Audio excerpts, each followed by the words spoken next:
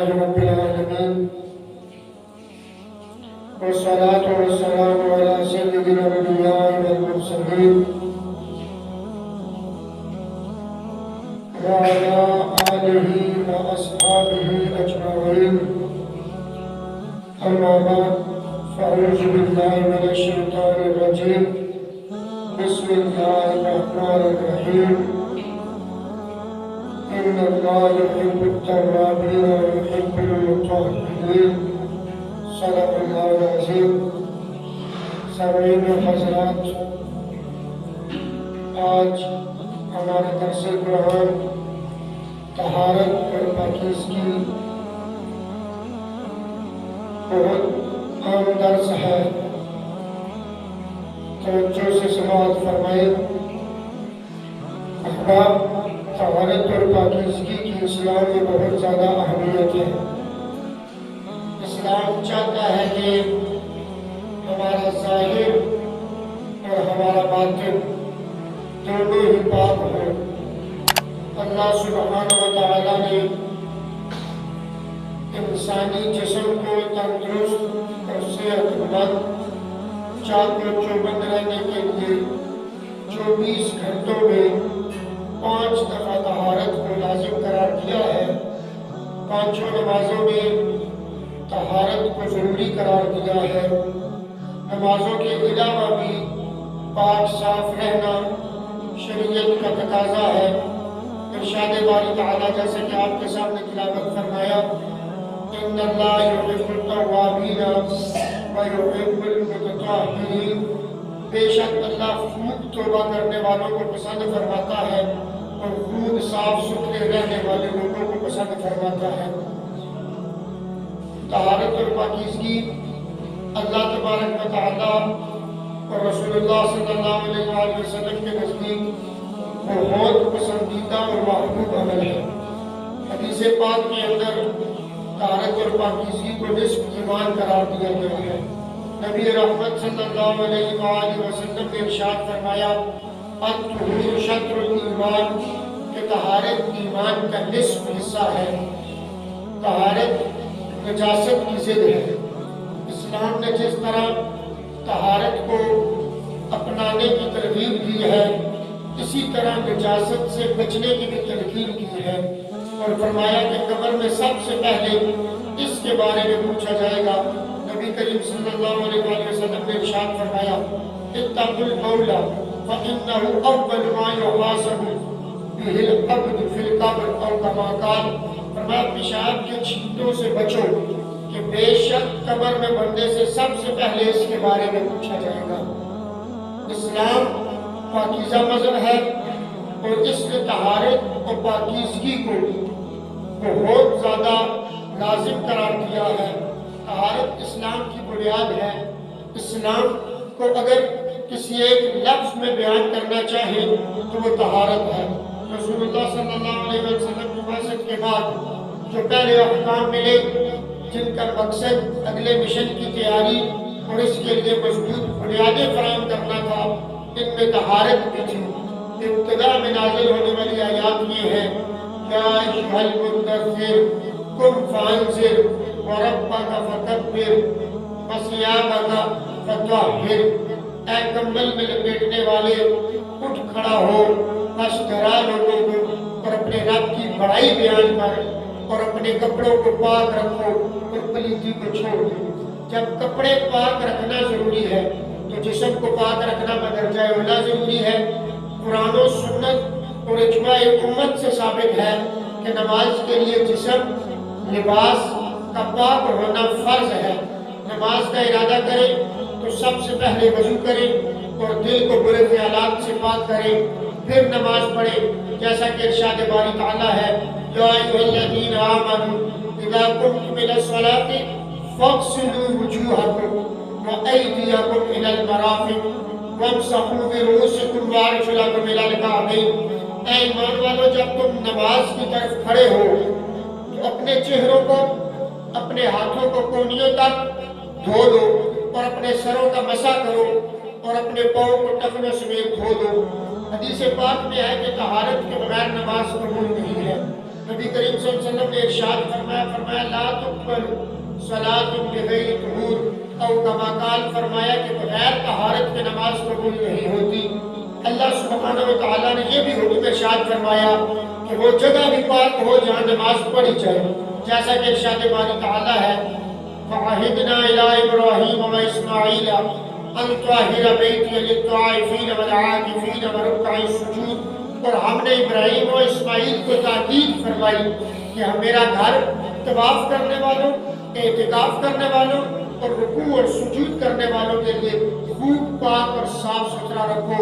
جس طرح عمرہ کرنے والوں اور طواف کرنے والوں کے لیے کعبۃ اللہ کو پاک رکھنا ضروری ہے، بالکل اسی طرح نمازیوں کے لیے مساجد کو پاک صاف رکھنا بھی لازم اور ضروری ہے۔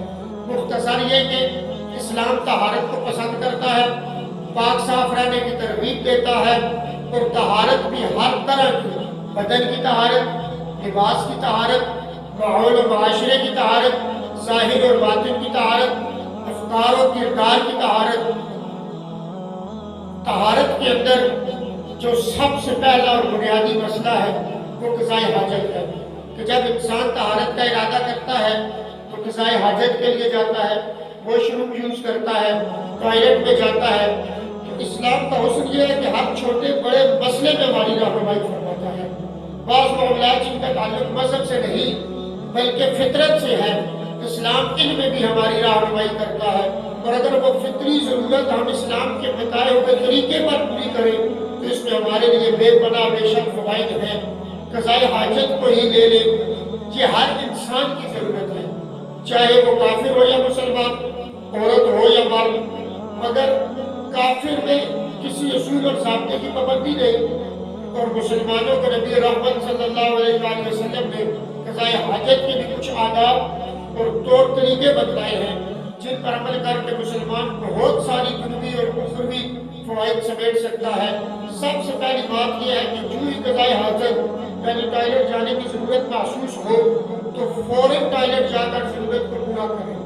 قضاء حاجت میں تاخیر کرنا اور وضو کو زبردستی روک کر رکھنا اسلام میں پسندیدہ نہیں ہے۔ یہ صحت کے لیے بھی نقصان دہ اور عبادت میں کراہت کا سبب بنتا ہے۔ پیشاب اور پخانہ روک کر نماز پڑھنا مکروہ تحریمی ہے۔ نبی کریم صلی اللہ علیہ وسلم نے اس سے منع فرمایا ہے۔ سیدہ عائشہ صدیقہ رضی اللہ تعالیٰ عنہ سے مروی ہے کہ نبی کریم صلی اللہ علیہ وسلم نے فرمایا لا صلاۃ بحضرۃ الطعام فلا ہوا یضاعفہ اخبثان او کما قال، فرمایا کھانا حاضر ہو تو نماز نہ پڑھے اور نہ ہی پیشاب اور پخانہ کو روک کر نماز پڑھے۔ یعنی کہ انسان کو سامنے بھوک ہے اور اس کو کھانے کے لیے کھانا دیا گیا، اب وہ کھانا چھوڑ کے نماز نہ پڑھے۔ اس کی وجہ یہ ہے کہ اس کو بھوک لگی ہے، جب وہ نماز پڑھے گا تو بار بار خیال کھانے کا آئے گا، نماز کے اندر خشوع اور خضوع ختم ہو جاتا ہے۔ ایسا نہیں ہے کہ بندہ جماعت کو یا نماز کو اس وجہ سے ترک کر دے کہ اس نے کھانا کھانا ہے، کہ اس وقت کہ جب عین نماز کے وقت آپ کو بھوک لگی اور کھانا آ گیا تو آپ کو پتہ ہے کہ جب میں نماز میں کھڑا ہوں گا یہ بھوک بار بار مجھ پر غالب آئے گی اور میرا دھیان بھٹکے گا، کھانے کی طرف جائے گا، تو ایسی صورت میں پہلے کھانا کھا کر نماز پڑھے۔ اور فرمایا جب بندے کو حاجت ہو کہ اس نے پخانہ اور پیشاب کرنا ہے تو فرمایا ایسی صورت میں جو اسے زبردستی روک کر نماز کی طرف نہ جائے کہ وہ نماز کا سکون اور نماز کا خشوع اور خضوع خراب ہوگا کہ ایک انسان کو تکلیف ہے، حاجت ہے، وہ اس کو دور کیے بغیر نماز میں کھڑا ہے۔ آپ نے فرمایا کہ ایسی حالت میں قرآن کی تلاوت کرنا بھی مکروہ ہے، اور جو نماز پخانہ اور پیشاب روک کر پڑھی جائے، تکلیف کے اندر پڑھی جائے، فرمایا وہ نماز ہی نہیں ہوتی بلکہ اسے لوٹانا وہ واجب الاعادہ ہوتی ہے، اسے لوٹانا ضروری ہوتا ہے۔ اور اگر آپ نے انگوٹھی یا کوئی ایسی چیز پہنی ہوئی ہے جس پر اللہ سبحانہ و تعالیٰ کا نام یا کوئی اور مقدس کلمہ لکھا ہوا ہے تو ٹوائلٹ میں داخل ہونے سے پہلے وہ اتار دیں۔ نبی کریم صلی اللہ علیہ وسلم جب بیت الخلاء میں جاتے تو اپنی انگوٹھی اتار کر رکھ دیتے تھے۔ حضرت انس رضی اللہ تعالیٰ عنہ کہتے ہیں کہ رسول اللہ کان اذا دخل الخلاء نزع خاتمہ، بے شک رسول اللہ جب بیت الخلاء میں جاتے تو اپنی انگوٹھی اتار دیا کرتے تھے۔ ٹوائلٹ میں داخل ہونے سے پہلے دعا پڑھیں۔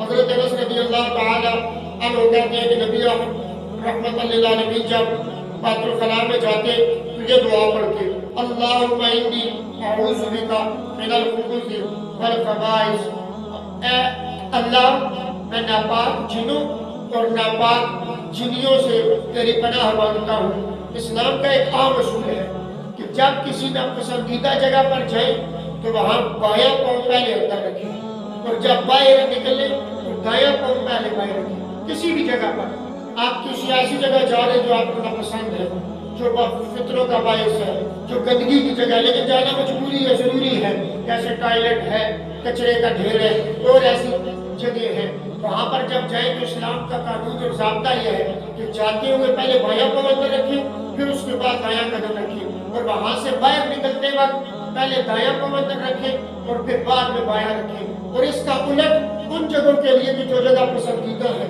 جو جگہ پاک اور صاف اور ستھری ہے، مسجد ہے، آپ کا گھر ہے، آپ کا کمرہ ہے، فرمایا جب وہاں پر جائیں تو ہر نیکی کے کام میں پہلے دایاں قدم اندر رکھیں پھر بایاں رکھیں، اور وہاں سے نکلتے وقت، کیونکہ اللہ کے محبوب کے حدیث کا مفہوم یہ ہے کہ فرمایا مسلمان کا دل مسجد میں لگتا ہے اور بازار سے اکتا جاتا ہے، تو فرمایا جب مسجد سے نکلو تو بایاں قدم پہلے بائیں رکھو اور پھر دایاں قدم رکھو، اور مسجد میں داخل ہوتے وقت یا کسی نیک اور پاکیزہ جگہ داخل ہوتے وقت فرمایا پہلے اپنا دایاں قدم اندر رکھو پھر بایاں رکھو، لیکن بیت الخلاء میں جاتے وقت یا کوئی اور بری جگہ جو ناپسندیدہ ہے وہاں جاتے ہوئے پہلے بایاں قدم اندر رکھنا چاہیے پھر دایاں قدم اندر رکھنا چاہیے۔ اب جب آپ ٹوائلٹ میں داخل ہو چکے تو پہلے ٹوائلٹ سیٹ کو اچھی طرح صاف کر لیں، قضائے حاجت سے پہلے بھی، قضائے حاجت کے بعد جاتے ہیں، بعد سے فارغ ہونے کے بعد۔ اس کی وجہ یہ ہے کہ آپ سے پہلے یا جو آپ کے بعد آیا ہے اس سے آپ کا دل اکتا نہ جائے۔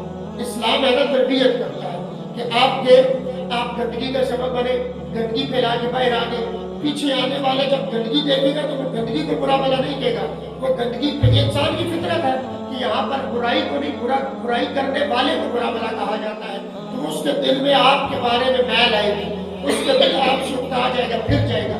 تو فرمایا کہ اچھی طرح سے پہلے اس کو صاف کریں تاکہ آپ کے اپنے کپڑے، آپ کا اپنا بدن بھی نجاست سے پاک ہو، پھر جب آپ وہاں سے فارغ ہو تو اچھی طرح سے اس کو صاف کریں تاکہ بعد والا آنے والا بھی آپ بھی ضرورت کے لیے گئے، بعد والا بھی ضرورت کے لیے آئے گا، تو اس کا دل اور اس کا جو ہے وہ کیا نام ہے جسم، کپڑے آپ کی وجہ سے ناپاک نہ ہو جائے۔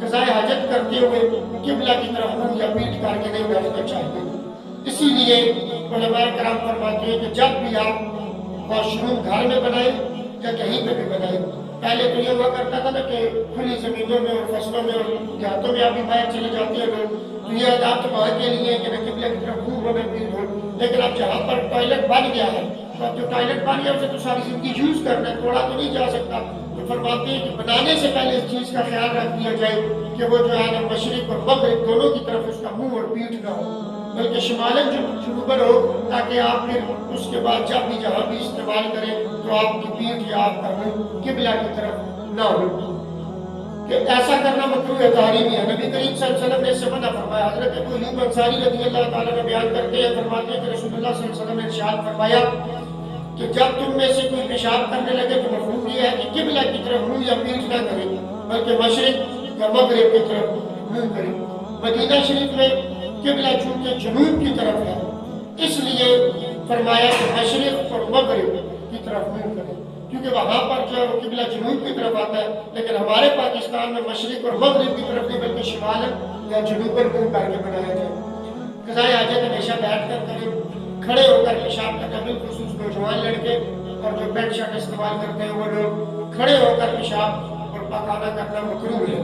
نبی رحمت صلی اللہ علیہ وسلم نے فرمایا کہ بیٹھ کر قضائے حاجت کیا کرو، اور خود بھی حضرت عائشہ صدیقہ بیان فرماتی ہے مَا كَانَ يَقُولُ إِذَا قَاعِدًا إِلَّا قَاعِدًا، نبی کریم صلی اللہ علیہ وآلہ وسلم نے کبھی بھی پیشاب اس حالت میں نہیں کیا کہ نبی کریم صلی اللہ علیہ وسلم بیٹھے، فرمایا جب بھی پیشاب فرماتے تھے آپ بیٹھ کر فرماتے تھے۔ نبی کریم صلی اللہ علیہ وآلہ وسلم کی ایک سنت ہے، قضائے حاجت کے دوران گفتگو کرنا مکروہ تحریمی ہے۔